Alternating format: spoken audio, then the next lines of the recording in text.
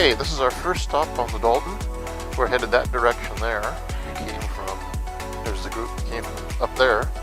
The first 10 miles or so, first couple miles was just frightening. It was very, very slick. It was raining. It was windy. My visor wasn't real clean. A lot of fun.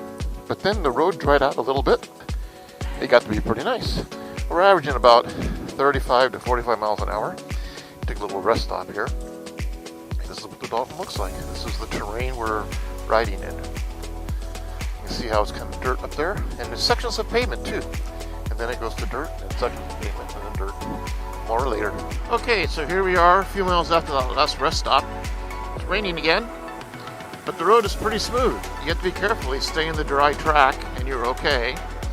We're doing pretty good time now, 40 to 45 miles an hour. And if you notice up ahead, you'll see on the hillside, there's the pipeline that this road was built for. The road was built in about 1974, I think, or 75, simply to service the pipeline and the oil exploration stuff at Prudhoe Bay. Now this will be interesting. Here comes a vehicle the other direction, and we'll see how much of a splash we get off of them. Not much, looks like. We had a truck go by a few minutes ago, and it just turns everything brown, and you can't see a thing for about 2 seconds. That's more fun to come. Here's the pipeline. Pretty much follows along the Hall Road, as the Dalton is also known by, the entire length. There we are. That's where we get a lot of our oil from the Prudhoe Bay oil fields down to Valdez. It's about 54 degrees, so it's pretty comfortable. It's not particularly cold, although it's still raining. It's about 12:30 in the afternoon. Our next stop is going to be the Yukon River Camp, which is just on the other side of the Yukon River. And we were told that the bridge is tricky right now. They've got apparently half the lane closed. One of the, I think it's the northbound lane is closed, so the southbound lane is open. But if it's wet, we were told it's very, very slippery. So we were given specific instructions on how to behave when we cross that bridge. And the camp is just on the other side. In addition to being about 2,000 feet long and wet and slippery, the bridge is northbound as a 6-degree decline, a slope of 6 degrees down. Kind of interesting. I'm hoping that the camera lens is not all buggered up with mud like my visor is, and you're able to see some of this. You'll notice the trees are pretty stunted. They don't grow real tall, they don't grow real wide because of the very short growing season. The most popular kind of non-evergreen tree up here is the spruce, and you see a lot of them. They're the white-barked trees, and they're all over the place until you get to a certain distance north, and then they just can't handle the environment anymore. And in fact, I don't think we're going to stop by it, but apparently there's a sign along the Dalton of the northernmost spruce. After that, you don't see them anymore. You seem to have a little bit of thinning clouds up ahead, we'll see. But right now, we're still in some high clouds and some rain. So that's it for now. Well, here we are, still in Dalton. We're approaching the Yukon River and the famous Yukon River Bridge. And there's the Yukon River right ahead of us.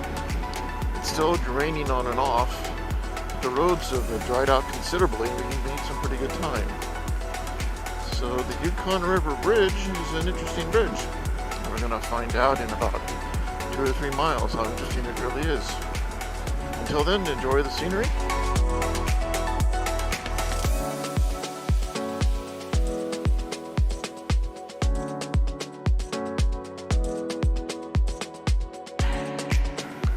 There's the pipeline right there.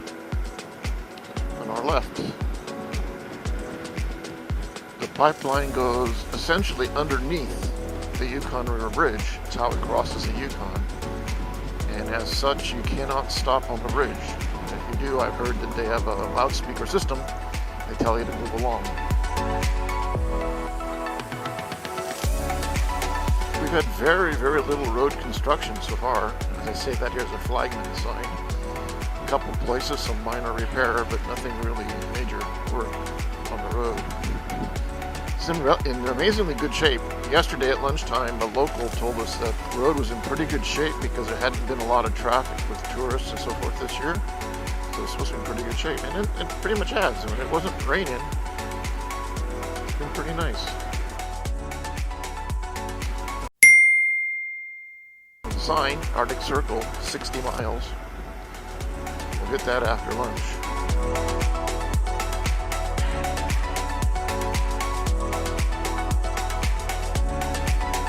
All right, here's the bridge.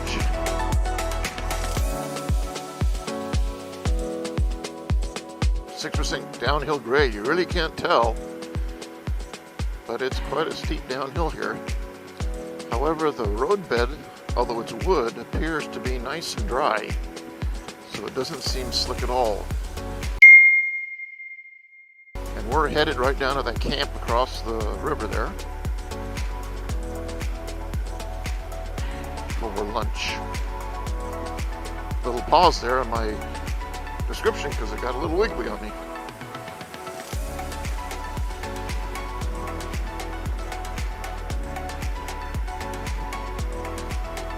The trick here is to use your engine compression, that's braking, and your rear brake. Do not use your front brake.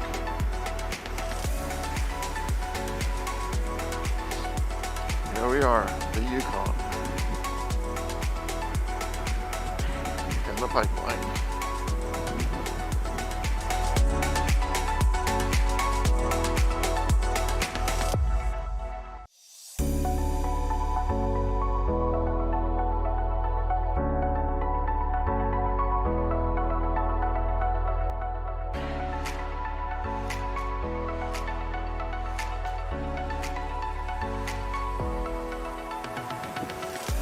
Get us all some lunch here, some fuel for the bikes, and regroup,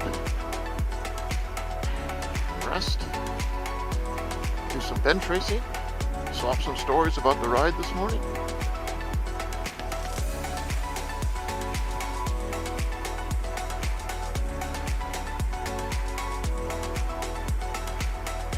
And this is what passes for a gas station.